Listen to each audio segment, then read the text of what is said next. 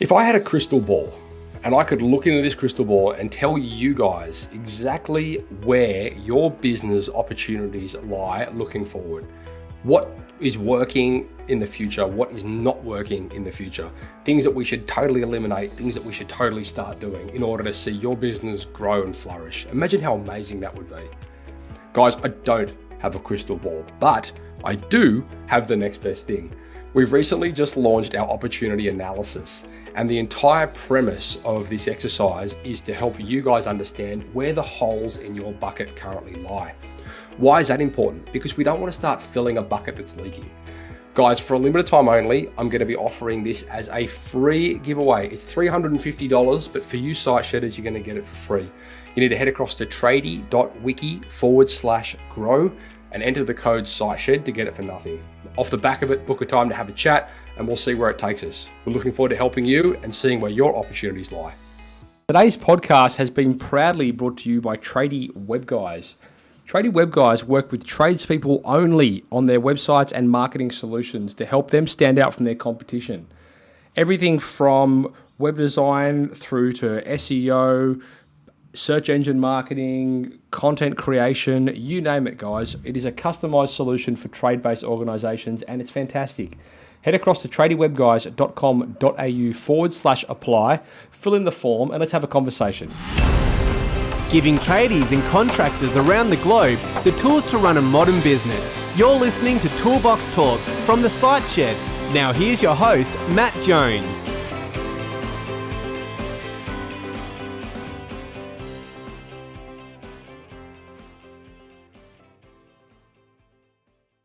Lorenzo Poletto, welcome to the Site Shed podcast. G'day, Matt. How are you? Thank you for having me. Mate, great to have you. This is a conversation that I've been very keen to have. I know for you listeners out there, you may be familiar with Lorenzo or Laurie or Loz, as he's been known over the years. Formerly the owner of Chiswick Plumbing, recently sold that, which is one of the reasons why I've had him to come on the show today to have a conversation around the dynamics of building a business from scratch and selling it. It's kind of a dream. Many of you guys are out there hoping one day that you would be able to sell this business that you worked so hard to build over the years. And Laurie's proof in the pudding that it can be done. Some of you guys also may know Laurie from Flat Rate Now, which is a software which he's developed. And I actually, Laurie, back in episode 216, 17 and 18, I had your partner Marcel on the show, business partner Marcel on the show to talk about a little series we put together about getting paid on site and on time. So that was awesome. If you guys want to go check that out again, that was episode 216, 17, 18. So I know now you've got the Master Plumbers Network, which you've established, and I suppose we're going to get into that a little bit as to what you're doing these days and how you ended up where you are. But mate, thank you for your time today. Although I imagine now as a retired person, you've got the time, right? I do have more leisurely time. Yes, I do. I've got time to do the things I like now. Absolutely. Rather than the things I have to do. Absolutely. You can pick and choose. And maybe we can dive into that a little bit as well, because I know, that this is a conversation that I think a lot of business owners out there really, really need to hear and understand the progression and the evolution of, the business owner's role within their own business. And, I see all too often, in truth, only yesterday, you're receiving emails from a client who was getting a little bit upset about how over the last 5-6 months, I've been gradually removing myself from areas of the business where my time is not best spent. And I know that's something that a lot of you guys are going to have to come to grips with in the future within your own business, like that evolution of your role and your position within your business will change significantly. And I imagine, Loz, like I just read, I know you sent through some notes here on your history, and it was very interesting how you've gone from, being a sole trader, almost 40 years ago, wasn't it, really? Close to 50. 50 years ago. Wow, there you go. Sorry, plumbing as well, for you guys out there that aren't familiar. You started a sole trader business, and then you went on a bit of a sabbatical and traveling, and then you came back and you set up another business, which was not a sole trader, which we're going to talk a little bit more to as well.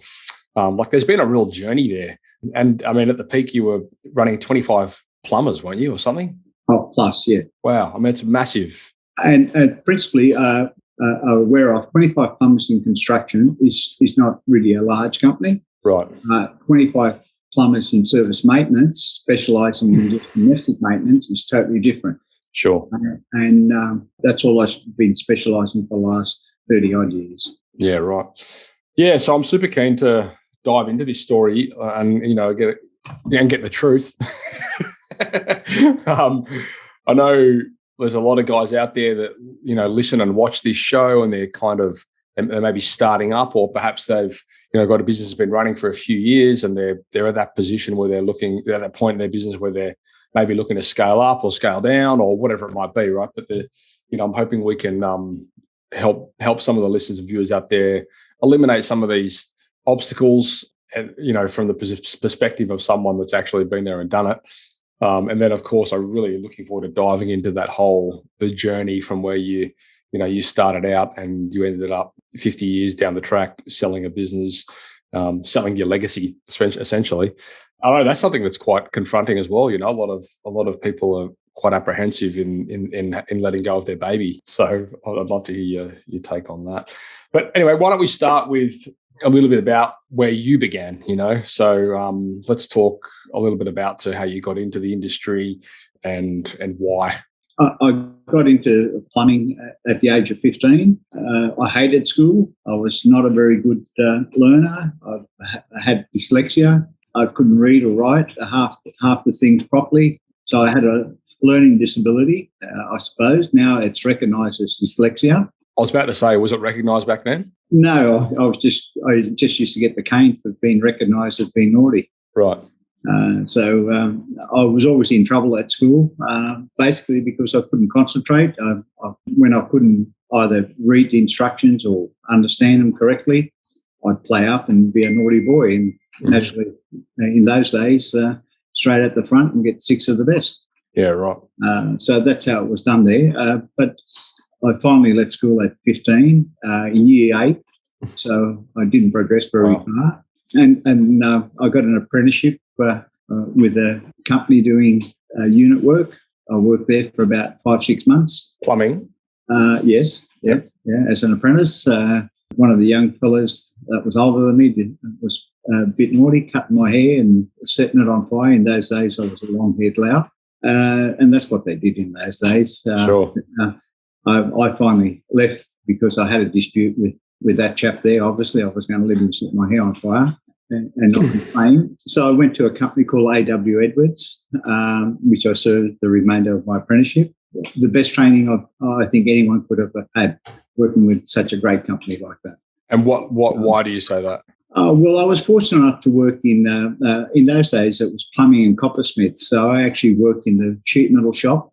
We used to make copper work, roofing, rainwater heads, those ones that you see at historical buildings and all those things. So I had practical skills with learning how to fabricate metal objects out of copper and steel and all sorts of things. So it was great learning curve. They were very patient with someone like myself. So I had the skill level to, and most plumbers are exactly like me. We probably have some sort of dyslexia, can't read or spell or write. So that's why we get into a trade.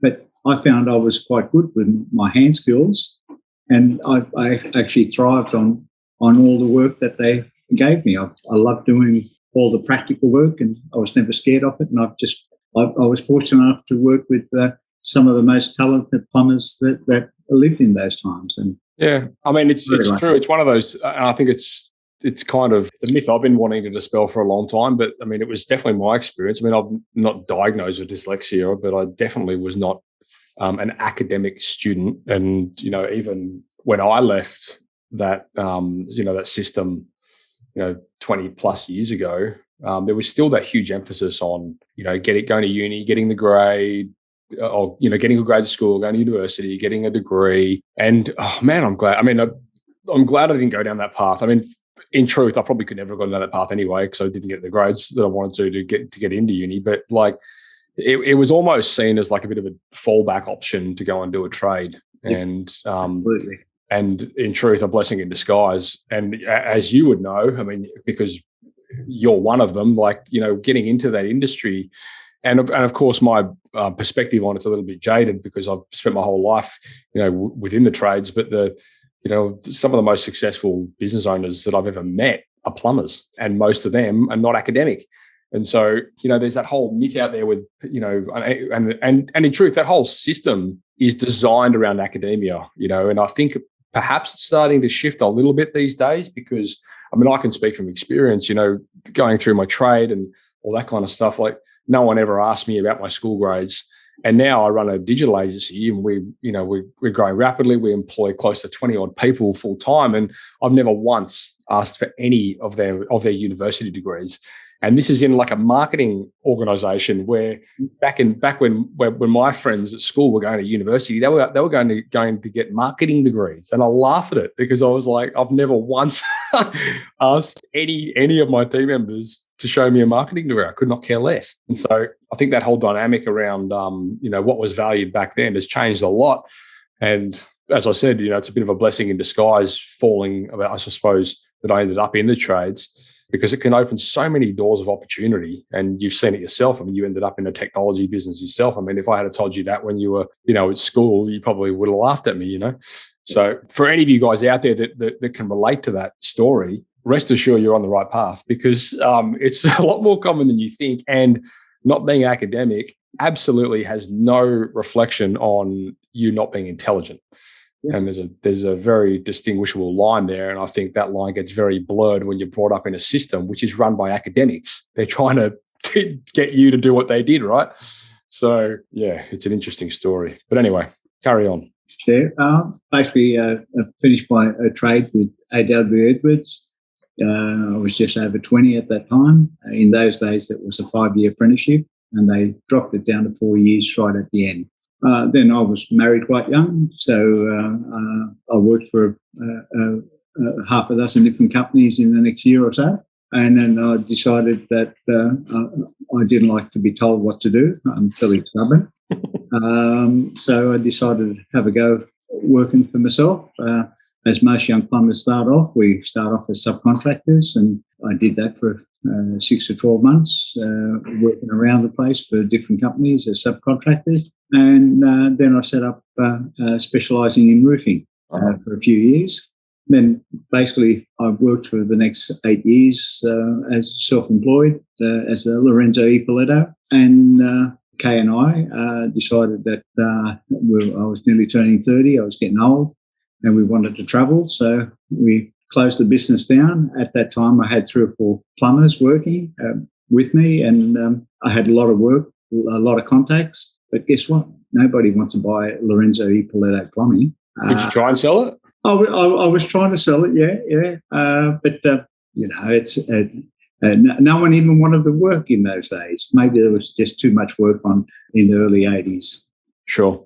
So we travelled for a year, came back. That's when I made the decision that I would never trade under my own name, because one of the things that used to happen was quite annoying. The clients would ring up and they'd want me personally. They wouldn't want, say, if I said Peter over, John, or whoever was working for me at the time, I'd send them over. No, I want you, Lorenzo. I'm paying for you. Which, in fact, that's what they were. They were paying for Lorenzo Poletto plumbing. And I'd say to them, John, and that's not what they were paying for.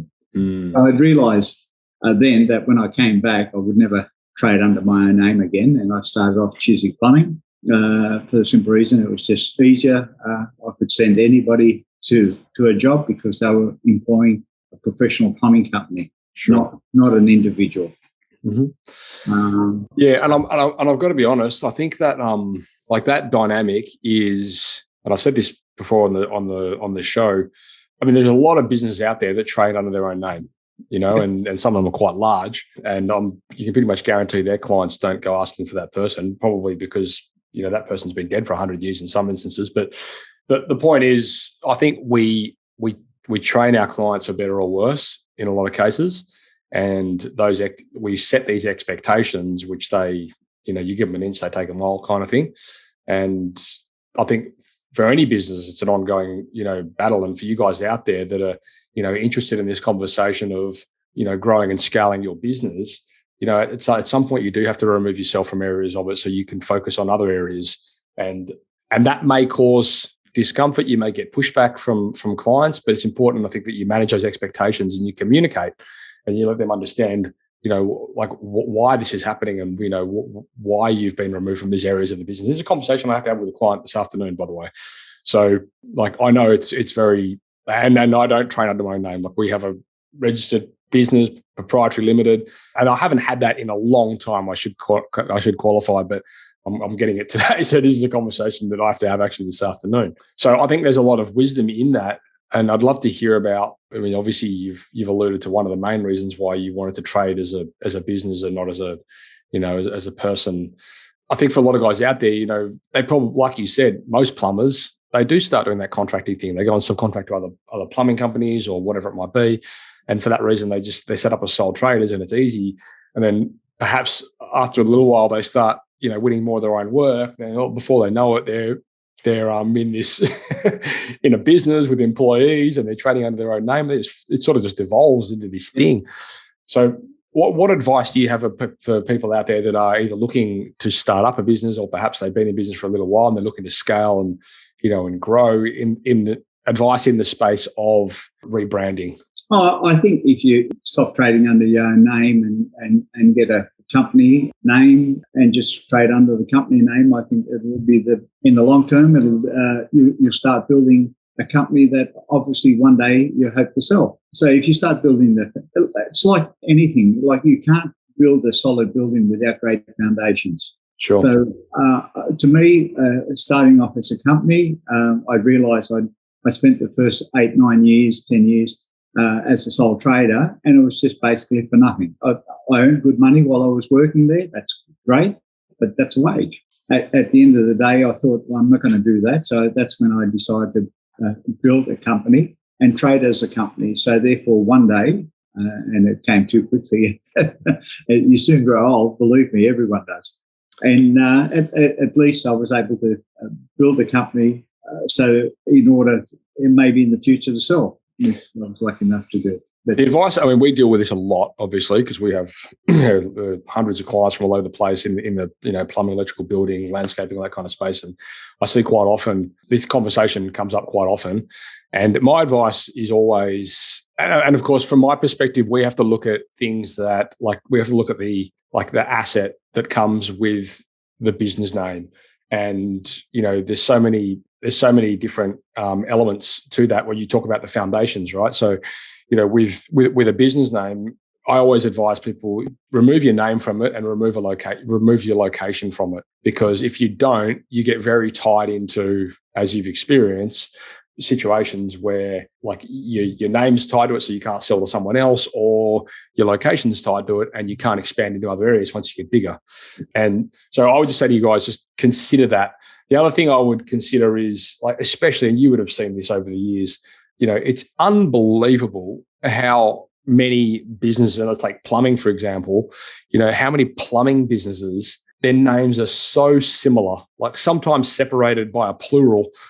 It's just insane, when you look at that sort of thing. So I say to guys, if you're going to set up a business, don't worry so much about the generic names. Try and find something unique, because when you're going to register your business and you're going to register your assets, the last thing you want is, there's Dr. Drip, there's Drip Doctor, there's, the drip surgeon, there's all this stuff, and it's all the bloody same. It's ridiculous.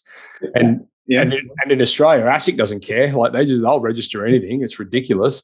And it just leads to this ongoing legal battle, and you see it all the time. And this is one of the reasons why I say with location, be careful with location businesses, because you've got, back in the day, and you would have known, and maybe you did this, I don't know, when Google was sort of coming on the scene and people were like, I'm going to register a domain for every suburb in every, so there was plumber Darman, plumber Cameron, blah, blah, blah, blah, blah, blah, blah, blah. And someone has a business name that's registered. Oh, my business is actually Roseville Plumbing.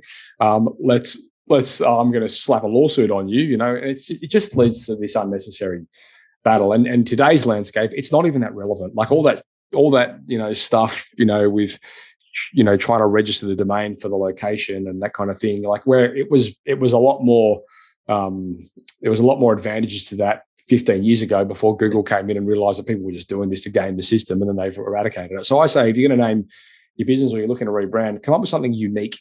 It doesn't have to be, and it should not, in truth, be something that is really, like commonly used, because it just makes your life a friggin' nightmare.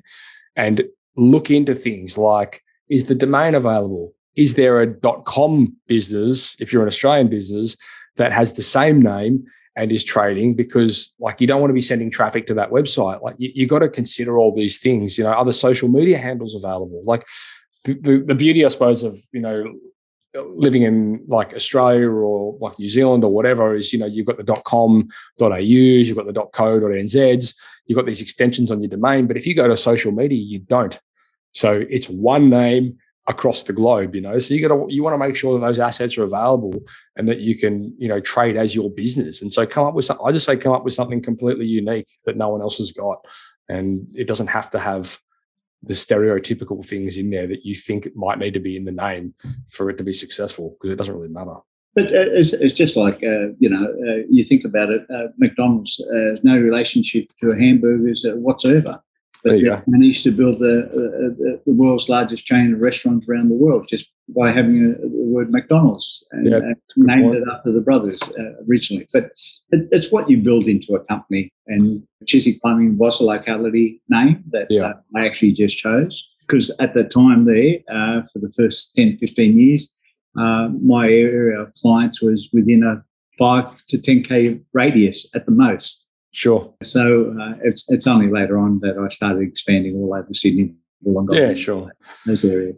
And I suppose those things, like if you had insight into that back in the day, you may have changed, you may have named it differently. Who knows? I mean, absolutely. Yep. Yeah. I mean, and knowing what we know now, like if we went back in time, there's a lot of things we do differently. Like I look at my agency, Tradie Web Guys, like we go global with that. No one knows what tradie means. So, it's made it quite awkward. Whereas the site shed was set up deliberately because I knew that was global and it would be, it didn't have any barriers in front of it. So, there's things you learn as you go, hindsight, right?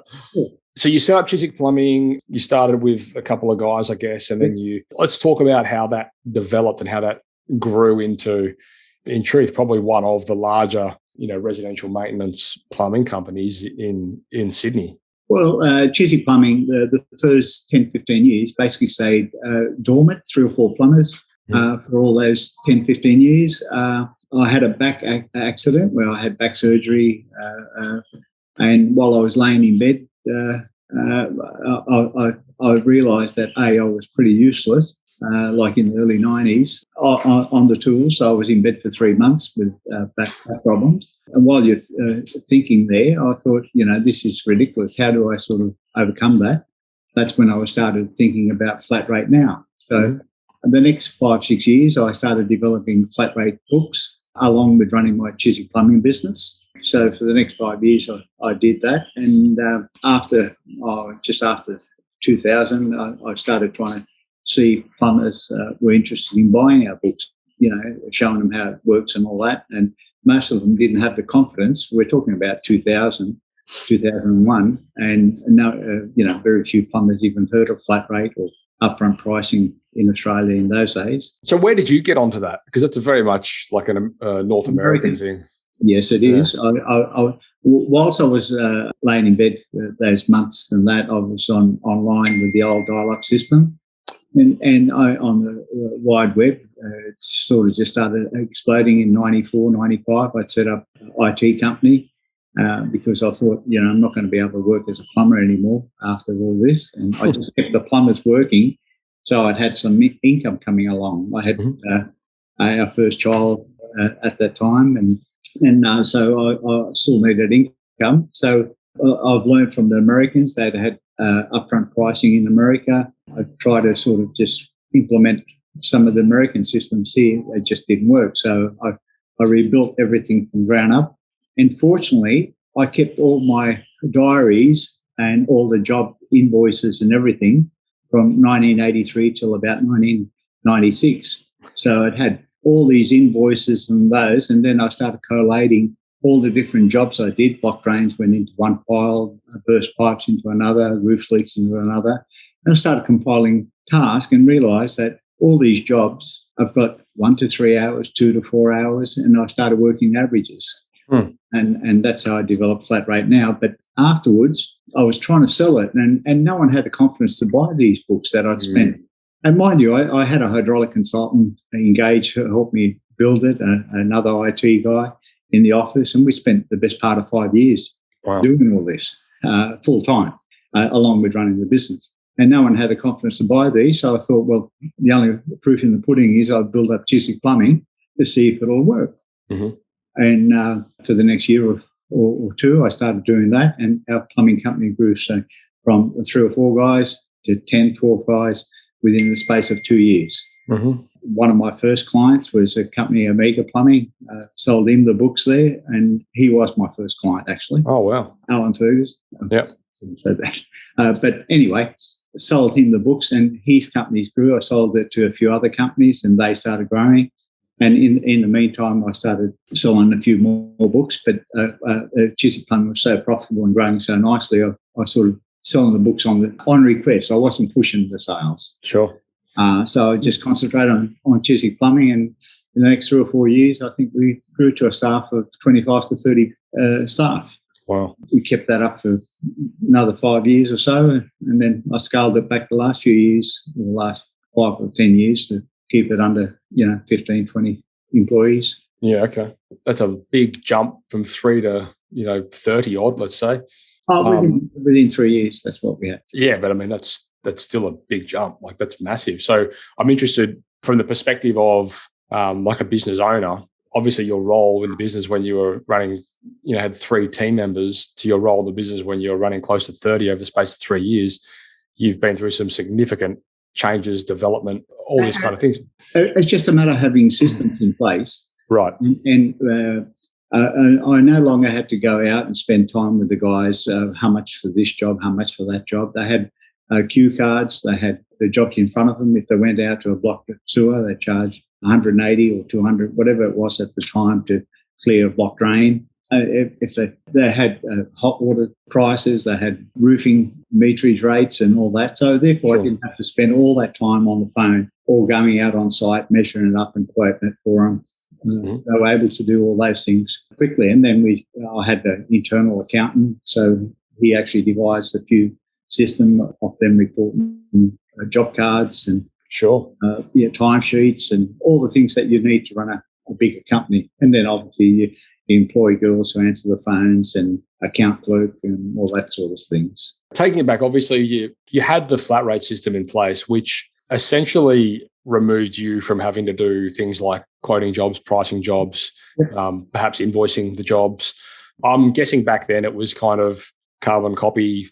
Yep. And so you still would have had to do accounts, chasing bills and that kind of stuff, which is whatever it is. No, we didn't have accounts. We went straight onto a Stripe card, bang, with credit card. So we got payment on the spot there and then. It was straight from you got to understand, I didn't run any accounts. I had a few real estate agents. Right. And most plumbers who work for real estate agents will have a certain opinion. 30-day terms or whatever, yeah. Well, I stopped doing real estate work because I just found too much of a headache. Yeah. So I just concentrated 100% on domestic service maintenance. And when we answer the phone, yes, madam, we'll be over there within 1 to 2 hours. We do accept cash, check, or credit card, which was very foreign at the time. Sure. People expected you to leave the bill and they'll send off the check. Yeah. And one of the things I noticed when I was laying in bed for that 3-month period, I had over 130,000 of outstanding accounts that I hadn't even invoiced. Of course. And I thought to myself, that's stupid. I'm scratching for money and I've got all this money just laying there because I haven't got a system to bill people.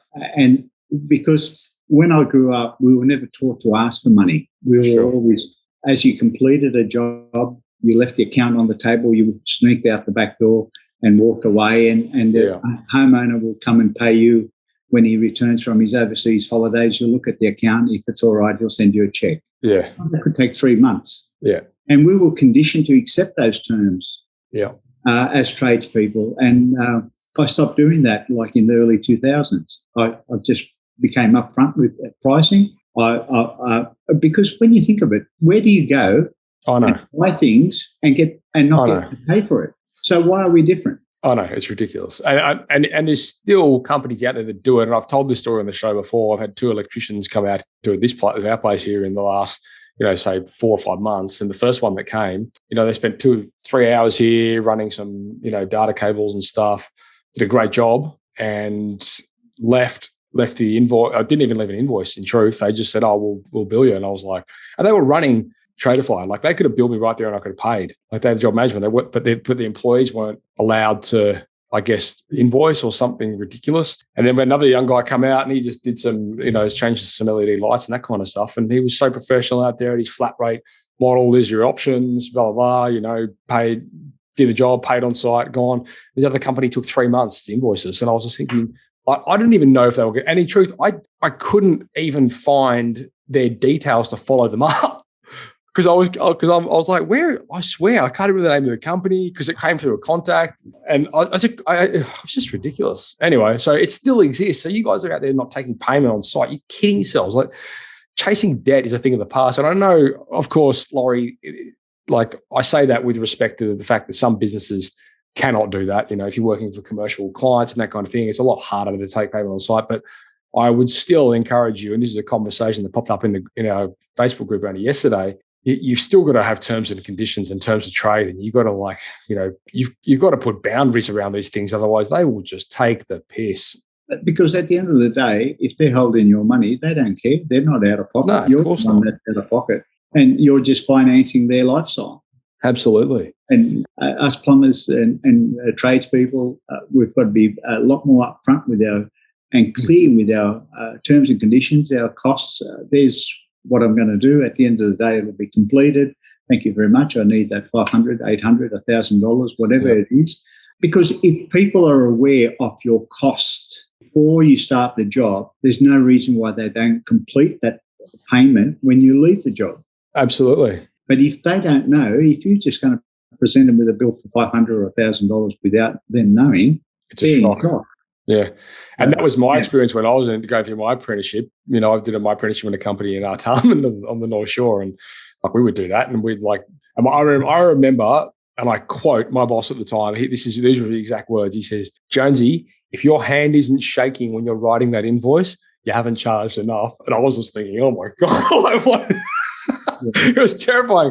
And I look back at that and I completely agree with what you're saying. Like, if you address these issues at the beginning, and it's managing expectations, right? Like, it's communication. Like, you see the ripple effect of this in every area of business. If the client understands what the costs are associated with the job, and like you do with flat rate, you present them those options at the beginning. If they want to proceed, then they know what they're in for.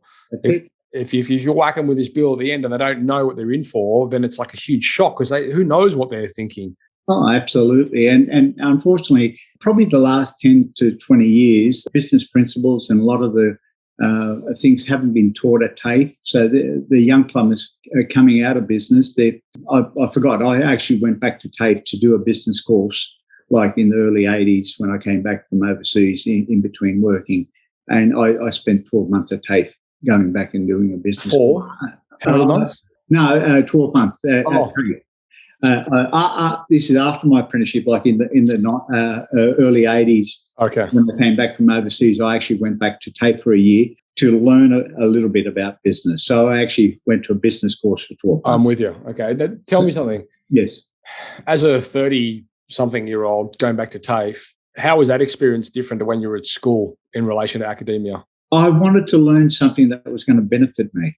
Right. And I paid attention and whilst I didn't understand a lot of the things, I was keen to learn because it would be a direct benefit to what I was trying to do. I think I went there with a better outlook in mind to learn something because, it's going to benefit me. It's going to benefit my family. I mean, and this is something I think is so important for people to recognise, and for you guys out there that are watching this and have kids, and perhaps you've been in the situation yourself, like there's, and I think you said it earlier, when the student's ready, the teacher will appear kind of thing. And it's so true because there's, like, I remember I was like you, I was never academic at school, wasn't interested, bored the hell out of me. And I tried all the business courses and economics and they bored me more than anything. And now I love that stuff. And like, I can't get enough of it, and I'm such a sponge now. Like I'm such a student these days when it comes to, books and courses. And I love that sort of stuff. But back in the day, I wasn't interested, Mm-hmm. And I think, perhaps it's a maturity thing. I don't know what it is, but I mean, obviously, like you said, like there comes a time when you learn things that you're interested in. And I mean, in truth, we're preaching to the choir here. People are listening to this because they want to improve things. And I say to guys, go and find things that you want to get information on right now. Like learn things that are relevant to you. There's so much to learn in the realm of business. And I think that's in truth where a lot of these coaching programs and things fall over is they try and drag you into a curriculum.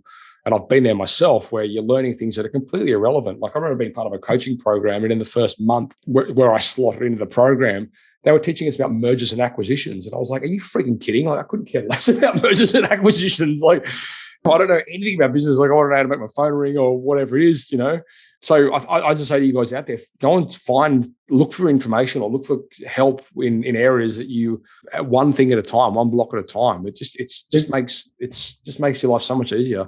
And the reality is, and we'll get into this, I'm sure, like that your interests and your position within your business are going to change that significantly over the journey of your business, that you can't apply yourself to every area, and you shouldn't. You should do it. You should have like a modular approach to it. Say, okay, I'm going to go out and I'm going to learn about HR and recruiting right now because I need to build a team and I need to build team culture and that kind of stuff. So go and learn that stuff. Put systems in place, process it, apply what you've learned, and then move on to the next thing. You don't try and do everything at once because you'll end up doing nothing. So that's very true.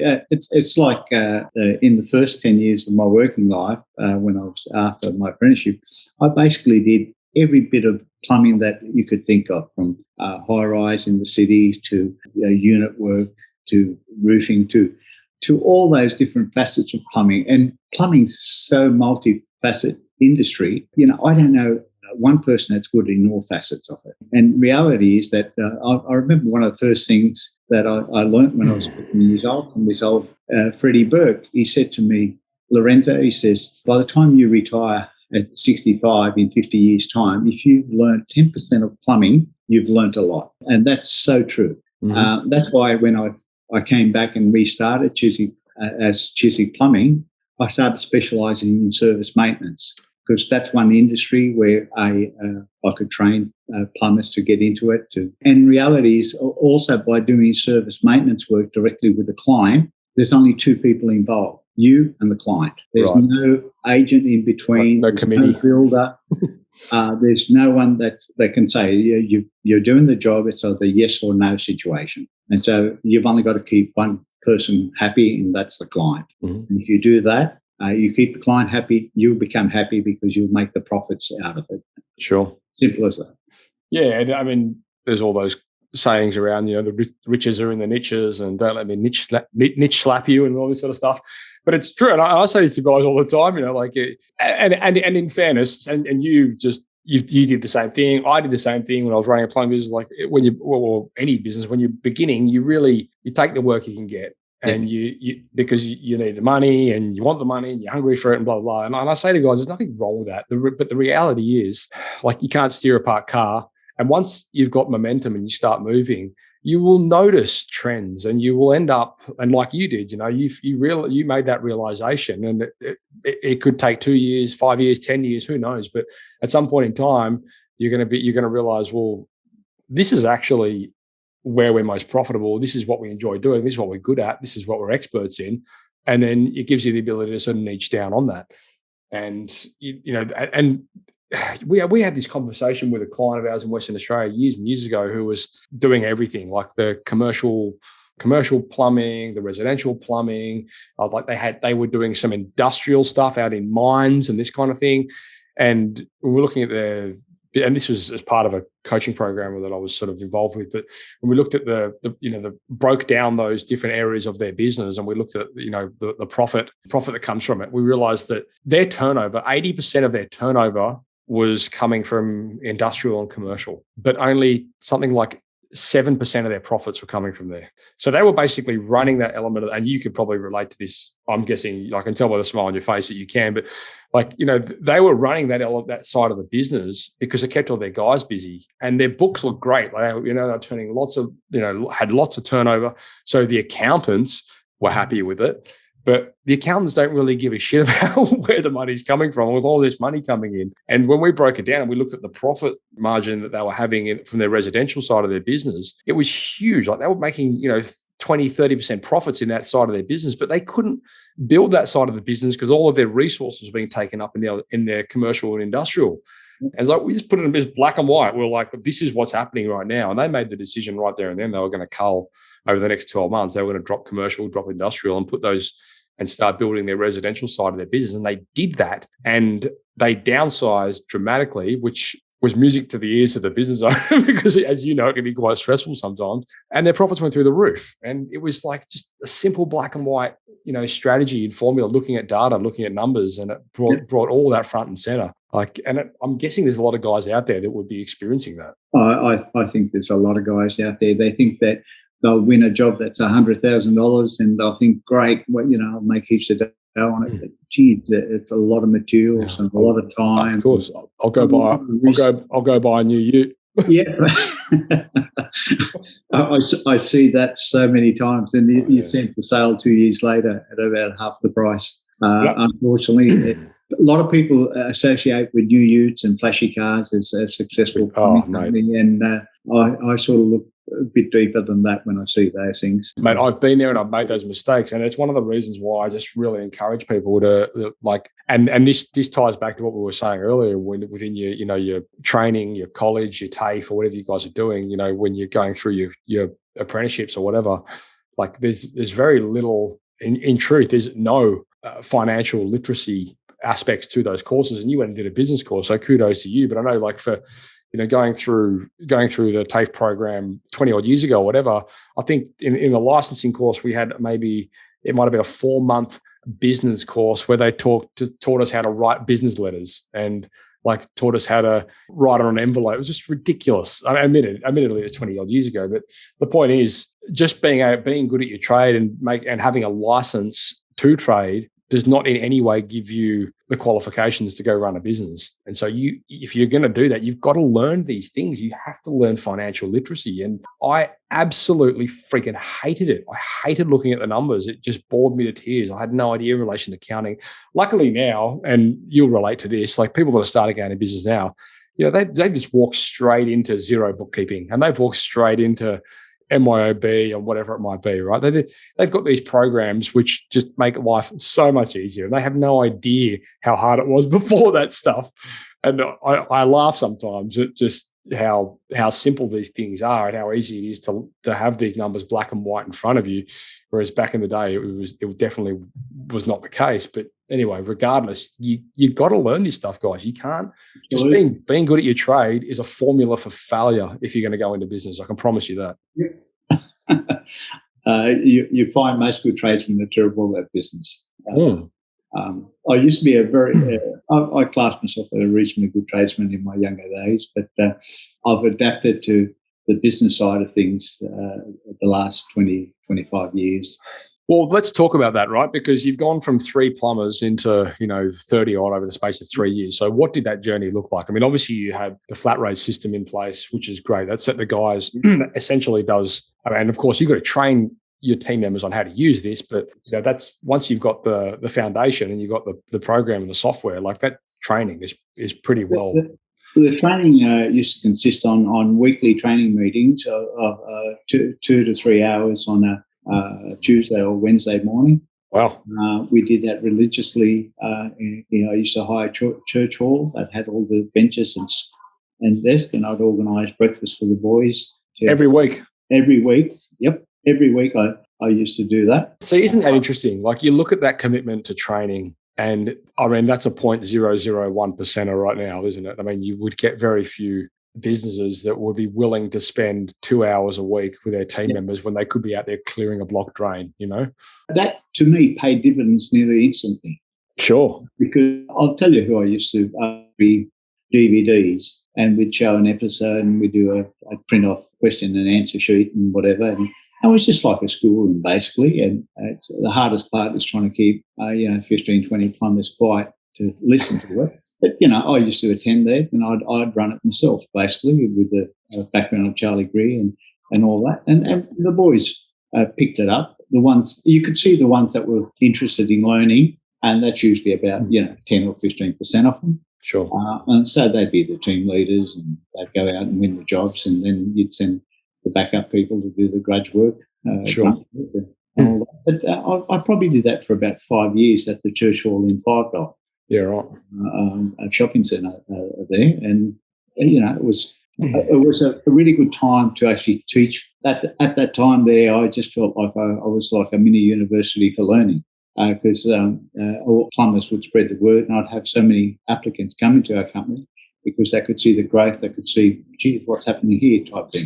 I suppose the point I'm making though, Laurie, I mean, this is normal for you, but I'm telling you right now, it's not normal across the board. Like there's, for you guys out there that are wanting to make changes, and I know because I have these conversations regularly with clients of ours, like there's very few, and we had this conversation only a couple of weeks back on a phone call, but there's very few sales trainers, or there's very few like programs, that exist within Australia that are relevant to Australian business, which puts the emphasis back on you as the business owner. Then, very often these things. And I have these conversations with people. It's like, oh, I can close. I'm really good on the sales side, but my techs aren't. I'm like, well, why don't you train them on how you do it and apply the time? Like you're saying you did this every week, every Wednesday morning, you blocked out, 2 hours in everyone's calendar, where I'm guessing you weren't taking jobs or you weren't booking jobs. Like and most people look at that and go, well, that's stupid. You could be making this much money. But then you're saying, well, no, it's actually smart because it's like sharpening the axe, right?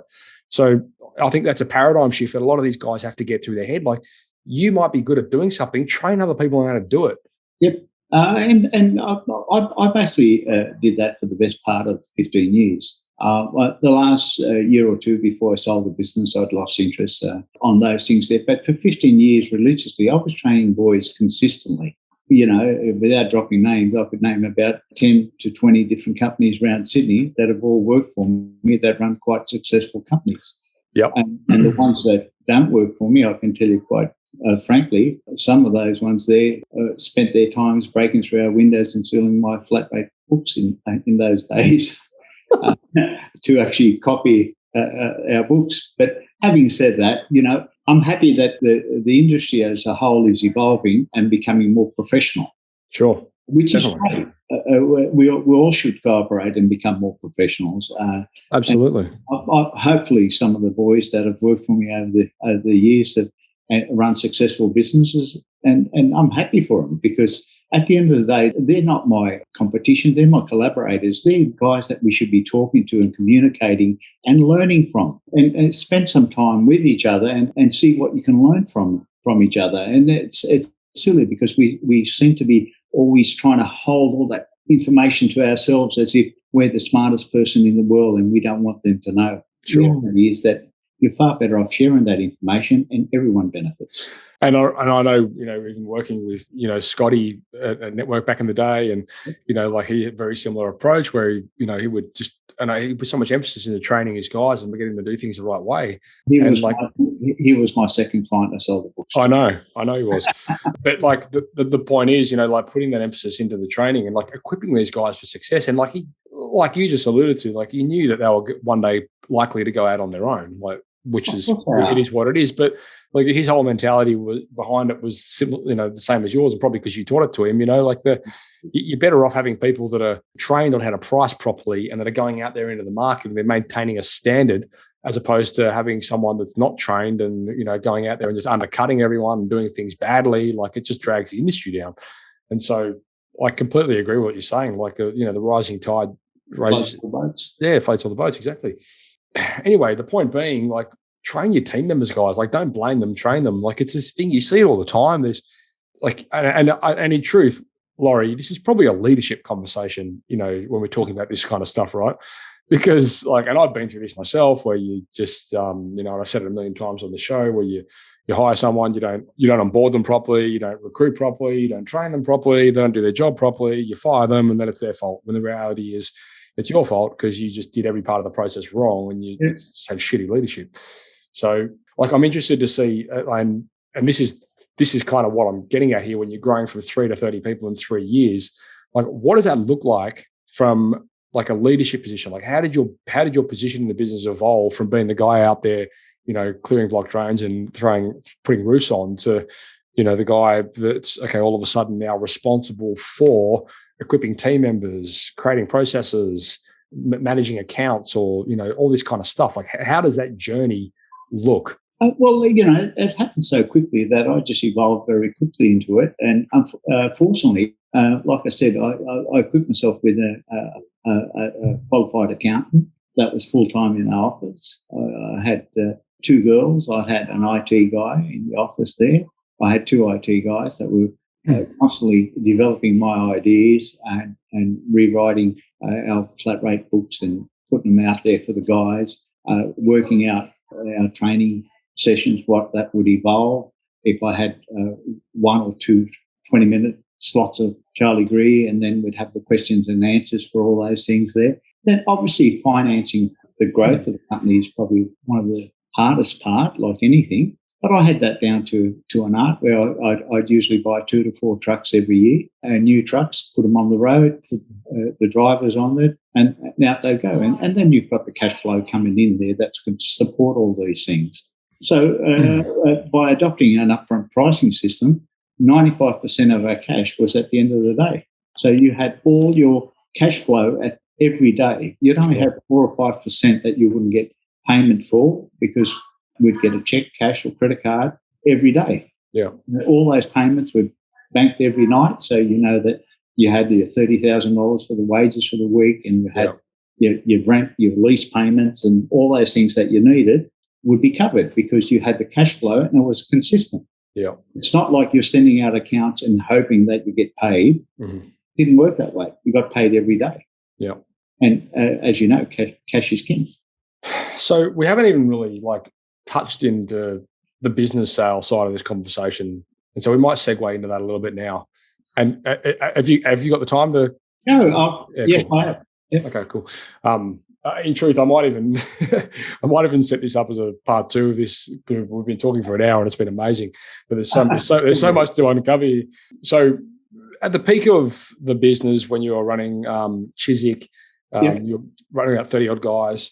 Are you comfortable in disclosing what the business was turning at that point? So people have got a concept. I'd be at 5 to 6. 5 to 6 mil.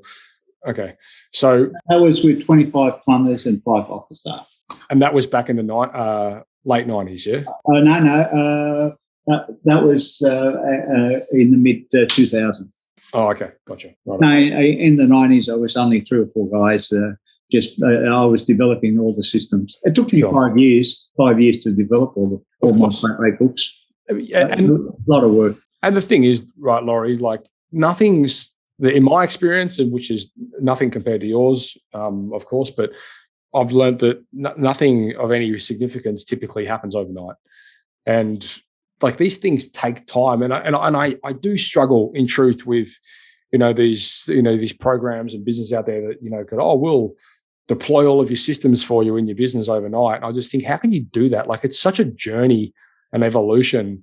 I don't know how those sort of things happen, and without time. And of course, there's strategy, and there's the frameworks, of course, can be taught. But I feel like the actual, you kind of need to customize a lot of these things to suit your business and to suit getting the result that you specifically want. Am I on track there, or am I? Oh, absolutely. But I think one of the things that it just depends the driving force of the person behind it. I've seen some of the young boys, and whilst they're very good at their sales and all that, some of them, that they couldn't run a business. But then you got someone that's actually got the driving force and they can run a business. I was very lucky because I surrounded myself with half a dozen good people in the office, and they helped me tremendously. And they did a lot of the hard work, and they just executed some of my ideas, and they did a lot of the groundwork. And the plumbers I had in those days, I had some good plumbers working for me, and they helped grow the business as much as the office did. So I was very lucky. have any coaches or mentors or anything like that when you were going when you were growing up in the business? Look, the only mentor and a friend of mine that I kept friends with, I served my apprenticeship with A.W. Edwards, and one of the elderly plumbers that was there at the time, his name was Freddie Adler. A lovely gentleman. I stayed friends with him till he died. He was 88, and I have lunch with him, and he taught me heaps about history, plumbing, how it was done in the 30s, and all those things there. And I learnt a lot about his ethics. A very honourable man. Always made sure everyone was paid and all that sort of thing. Mm-hmm. And I suppose he was my mentor, but he wasn't my mentor as far as plumbing was concerned. He was more my mentor as far as life. Some of the lifelong things he's taught me, and I related a lot of those things to my plumbing side of things. Sure. And he was just a lovely gentleman, and he died in 2008. Yeah, sure. And I mean, the reason I ask that is because there's learning these skills, and even things like ethics, like business ethics. Again, they're things you don't learn at college. You've got to take it upon yourself to proactively go and, get answers to these questions. And whether it's meeting an individual, like, you had Freddie in your corner, or, you can get it. There are coaches out there that can help with those sort of things, or there's books out there that can help with it. I mean, there's so many books and things that you can, get a lot of this information from. But I suppose the point I'm trying to get at is, like, mentoring can come in many shapes and forms and sizes, and it should. It doesn't always have to be a business coach. It could be, a book or a podcast, or whatever it is, right? But like, take that information and, and go and seek the answers to the questions that you want, which can help you do the thing better. In truth, business ethics is probably where you should start. Everything kind of stems on that. And then as you alluded to, like, there's serendipities from learning these things, which absolutely, relay and correlate into, your personal life and things like that. And it goes the other way as well. Like, I could rattle off a handful of books which I've read, which are, about personal development and that kind of stuff, which have made a formidable impact, probably the biggest impact in my business. So, a lot of them parlay into different things. Anyway, moving into the business side of things, you ran the business for, Chiswick Plumbing itself. I suppose you had that business running for what? 39 years. 30, how many? 39 years. 39 years. Okay, cool. 5 months. So what makes a business attractive to a potential acquirer? I think in my case, our business was longevity of the business. Everything that you read about Chiswick Plumbing and whatever, I think we've done it ethically, like with our clients and all that. We're, like everything, we have our ups and downs, and we have a few our clients and all that, like everybody else. But basically, we ran a good business. We did quality work, and we made sure all our clients were happy. Someone like myself, like we had close to 60,000 clients on our database. Even after you take away the dead ones and all the ones that moved or whatever, there's still 40 to 48, 47,000 clean clients out on our database. That's what. Wow. One of the things I didn't keep before 1983 was our client database. Mm. And that's when I realised that I needed to keep that. So I kept every invoice, and I turned them into digital stuff once the computers came along. So we had 39 years of clients up to, 4,000 to 5,000, 6,000 jobs a year over the last 15, 20 years. So it's a lot of clients that we renewed, and someone like ourselves, we were probably doing, say, 55%, 58% of return clients. Wow. So we had a fairly good return client business. Did you guys have like membership programs and that kind of thing running? Yes, we had a service agreement client where we'd give them priority service. I think I adopted that, must have been late 2005, 2006. It was only a very minimal service agreement charge. Basically, the whole idea of the service agreement is, you get your foot into the door.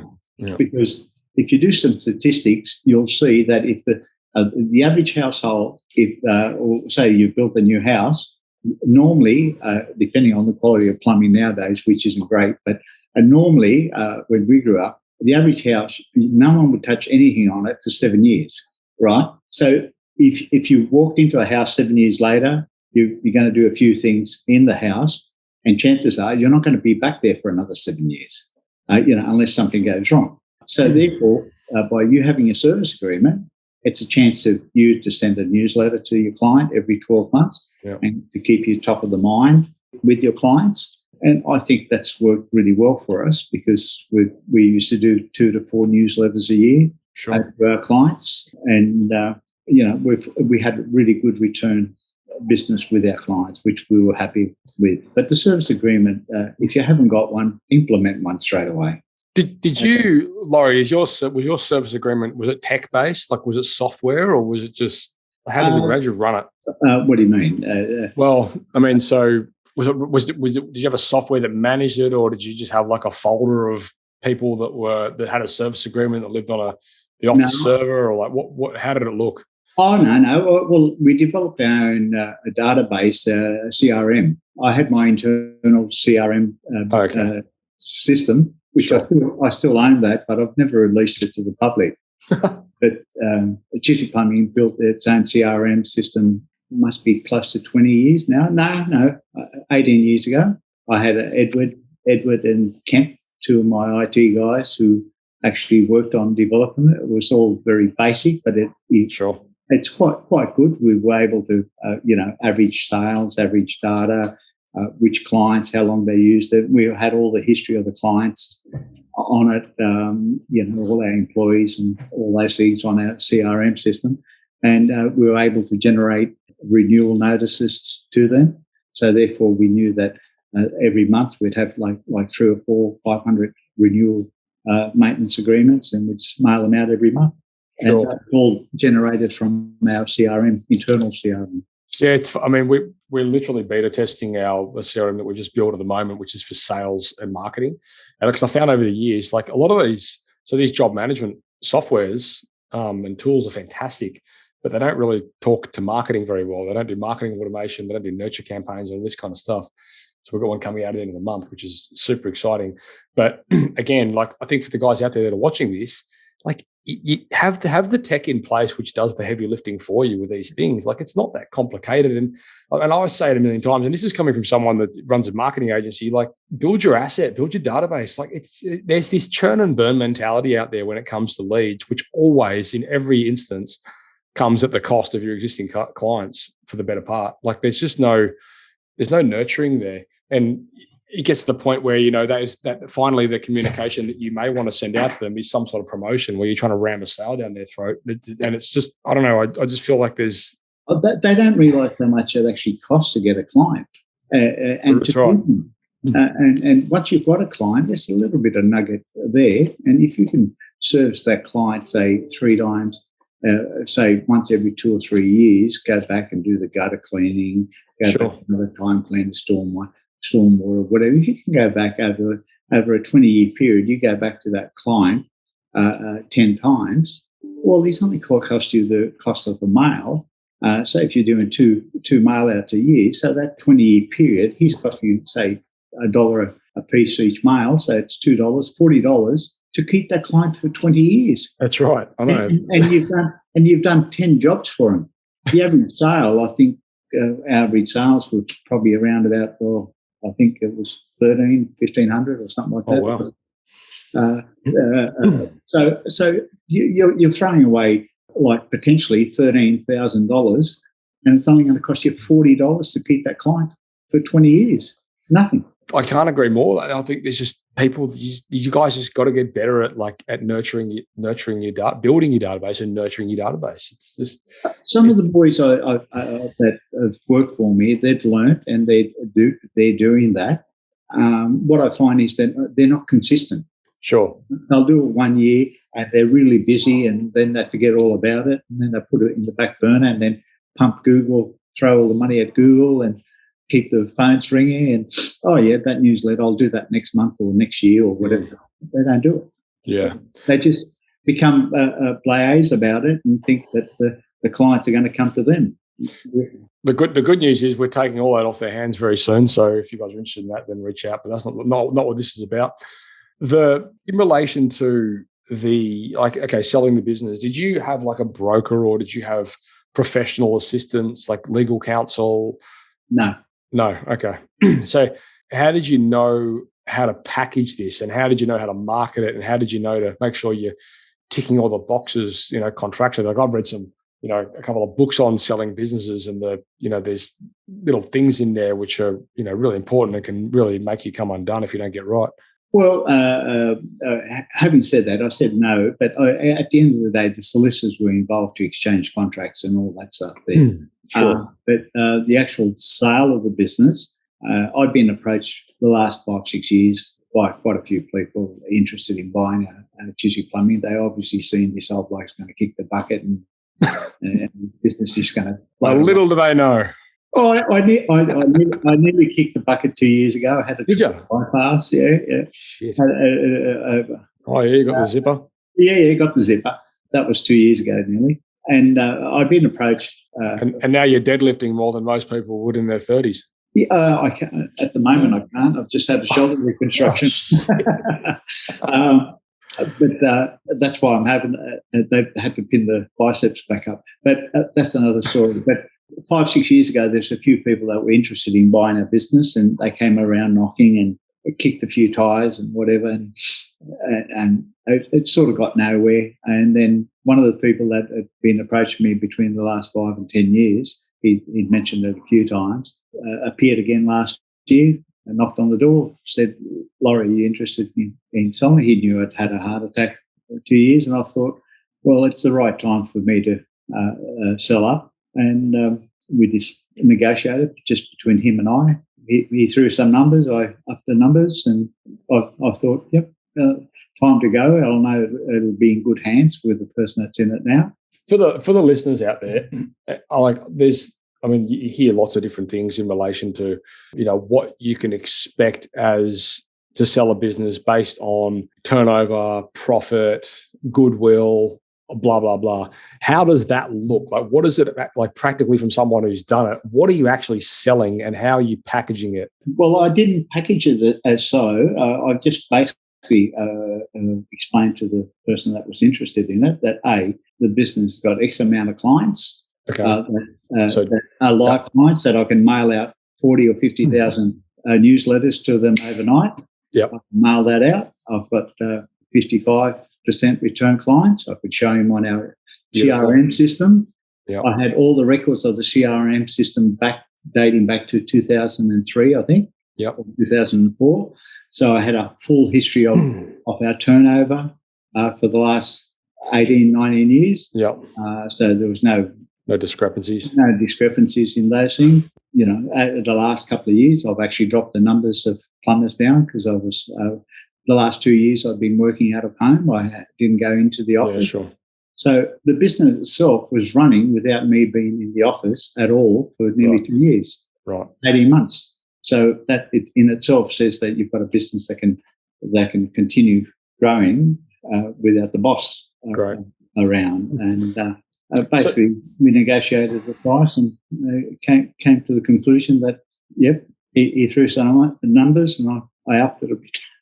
So were those numbers in the negotiations, was it based on like a turnover figure, or was it based on a profit margin figure, or was it a combination of things? Combination of things, because the reality is that the last 2 or 3 years, by me, I've been slowing the business down the last 5 years. Okay. We're only down to, I think we had 12 plumbers and 3 in the office and whatever. We only had a staff of 15, 16 people when I sold the business. So, I've been slowing it down, because Kay and I would have a lot more holidays and, sure. I always made sure that we'd have 4 to 6 weeks holidays every year. And that's something you young plumbers have got to make time for yourself and make sure that you reward yourself for your hard work and take your holidays and have some time off, do your sports. And I can tell you, your kids are only young once, so and put things in perspective.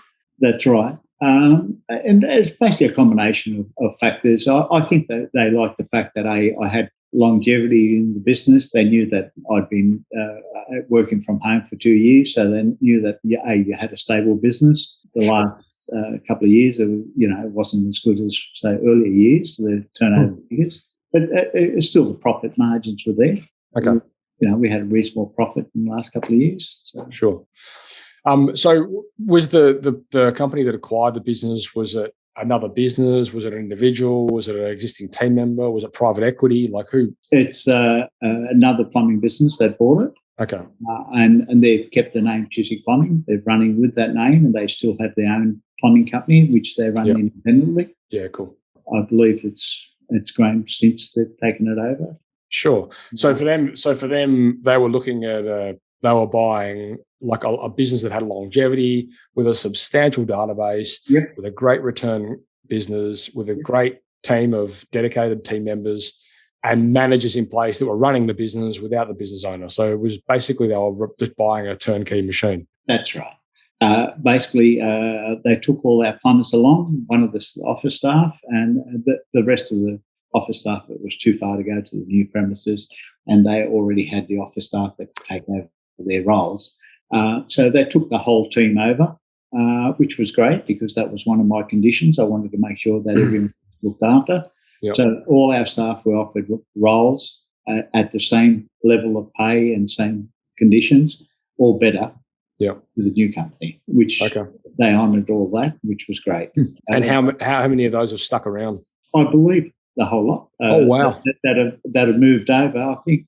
Well, I don't have anything to do with it. Okay. As you can imagine, because when I sold the business, one of the conditions I sold it on, I finished in the end of October, and as far as I'm concerned, the 30th or 31st of October was my last trading day with Chiswick Plumbing Pty Ltd. You take it over on Monday, and basically they took it over and ran with it. Then I cut off everything that day. I haven't had anything to do with any of the staff whatsoever. One of the conditions was I didn't want anything to do with going forward. Sure. I don't want to take phone calls. There's been a couple of times where they've asked me a couple of questions that Sure. I'm happy to answer those. Of course. If I've had 5 questions asked of me, that's about it. I wanted to make sure I exit it, because I'm the type of person, if I'm not in control of something, I don't want to know about it. Sure. It probably wouldn't have been as relevant, perhaps, but did they have to have any, like, I mean, obviously your condition was I'm not sticking around, so that's a non-negotiable. But then, did they have any like non-competes or any of that sort of stuff? Well, look, I offered all those non-compete clauses because I've got no intentions of starting another. That's right. I'm 70 this year, Pat. Sure. So I've got no intentions of starting an opposition company whatsoever. So I was happy to sign a clause that I won't set up a business within 300 k's from here. And that's the last thing. I think 54 years in the plumbing industry. That's enough. Yeah. In essence, to frame up essentially, what somebody's looking for in an acquisition of a business, like what would you say that looks like? A company that's actually had a good trading record. In other words, clean skin. You've no doubt heard of some of the companies around Sydney. They've got some terrible reputations. And I don't think I've ever come at Chiswick Plumbing. We've always been at the top end of the price range. We've never been cheap, and we've never aspired to be the cheapest place in Sydney. So we've always had a clean slate. We've had a terrific database.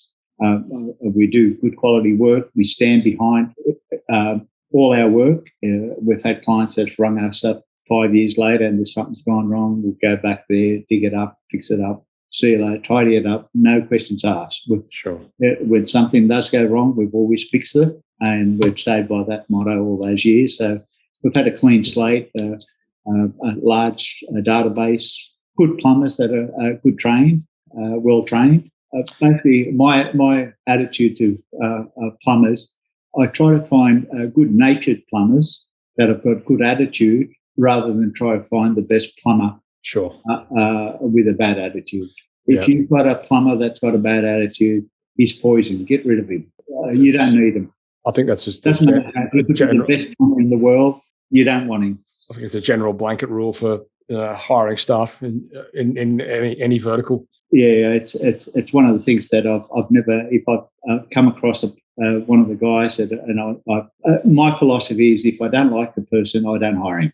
Simple as that, because usually that it comes across that if I haven't got a relationship with that plumber or apprentice that's not a good kid or whatever, what's the point? He's going to be like that with the clients, and you don't need that. Sure. So how was there any like assets that were required, like vehicles or buildings or like? They acquired all the vehicles except for two of the vehicles. We kept a couple of vehicles. Okay. Private vehicles. Because I mean, they were all branded and everything, right? Like it would. Oh yes, yeah, of course. Two of the private vehicles weren't branded, so we kept those. Okay. 3 vehicles actually. Yeah. So we kept 3 of those, but the other 10, 12, 14 vehicles. You kept the Rolls and the Porsche, and you got rid of the other ones. No, it's not Nice. Have you been in one of those Porsches? They're so friggin' uncomfortable. Oh yeah. You wouldn't want. Yeah. Yes. Yeah. More of an Amarok type of person. But anyway. Is there anything that you'd do differently if you had to go through that process again, or if you went back in time and you could build other things into the business differently so that it would get a potentially better outcome for you or the acquirer in relation to that transaction? No, I was very lucky, and I was very happy with what I got for it, because at the end of the day, I've come to the end of my working life, and I was happy to sort of just walk away with a reasonable amount for a plumbing company.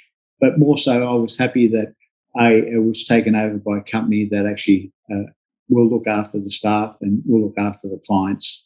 Sure. So I'm happy about that. And so you mentioned, like earlier in the conversation, there was you had interest from a number of different companies. Yes. And I imagine that some chunks, and I wasn't interested in those things. There, it shouldn't matter, but some of them they would have just raped and pillaged our clients, and sure, I didn't want to live with that legacy. Sure. So before we close off here, I'd love to know, some of the success habits, that you've implemented into the business over the years. And I mean, obviously the big standout one for me is obviously the training thing. Like I don't know how you could top that. Is there anything else in terms of, like the way you communicate with your team, like in a one-on-one basis, or, group recognition, or like any of those sort of things that you probably haven't considered, but things that you might have done in hindsight? I think one of the things I'm not very good at praising some of the staff that have worked for me. I've never been good with giving out praise, and I think looking in hindsight, I've had some excellent people work for me over the years, and I should have been praising them a little bit better than what I did. That's one of the things. But basically, I just believe in what you say is what you do. I've always, if I've said I was going to do something, I would do it. Integrity. I've never made a promise that I haven't kept. And are there any for the people out there that are watching this or listening to this, in terms of some of these success disciplines, like things that you just are not negotiable, things you do every day or every week, and they're like the how do you eat an elephant one bite at a time kind of things. So the small, are there anything that you'd recommend? Or look, just look after your staff, and then the staff will look after you, and they'll look after your clients. Some of the things I'd probably recommend is, I don't know really. Did you run, like, in terms of culture? Did you run like regular, meetups or barbecues or nights out and that kind of thing? Yeah, I used to do that religiously till about 8-10 years ago, and unfortunately, I was getting in the habit of being a plumber that went out, and we'd all go out, and after being thrown out of a lot of clubs and places that we went to, because what happens when you've got free alcohol? Yeah, that's right. Unfortunately, the boys play up with it. And I decided about 8-10 years ago, after being escorted out of a bowling club because our guys decided to play bowling and throwing the ball up in the air and all that stuff there, I thought that was too embarrassing. I made sure that I put each one of my guys in the cab, sent them home, And I thought, well, and the way that responsibility is, as far as an employee is concerned, you're responsible for those guys. Even though they've come with you and you've had a few drinks and things like that, if they get themselves into trouble, fortunately they didn't. And I thought these last couple of times that I went out drinking with them and taken them out to dinner and all that stuff, I thought I better stop this because I get to the stage where I couldn't keep drinking as good as these young kids. And I thought, no, it's just not a culture that you should have. It's a fine line, isn't it? I think, having barbecue, having a few beers is great, but then it's got to stop because otherwise I think it can lead to other problems, especially with some of the younger boys. They can... Bit loose. Yes. So some of the older fellas are not too bad at it as well. But I thought, no, I've got to stop that. But we had regular barbecues and all that sort of stuff with the staff. Yeah. We always sort of did that sort of stuff. Yeah. Yeah, good. All right, mate. Well, look, thanks so much for your time. It's been a wonderful conversation. Like, congratulations on all your success and your well-earned retirement, I must say. And I think for the listeners and viewers out there, I think it's very refreshing and inspiring to learn that you can build an asset to sale, but you've just got to tick a few boxes along the way. So I encourage you guys out there to, what are those boxes going to look like for you? I mean, the lessons that I've taken away here are first and foremost, and it should be without question, but as you and I both know, it's sadly not, operate with integrity, operate an honest business, look after your customers, build your database and nurture your customers, like just that churn and burn mentality. Like, you should just stick a knife in that. Trust me, this is the space I work in. So, and then, build a good team, build a good culture. Don't try and do things too quickly.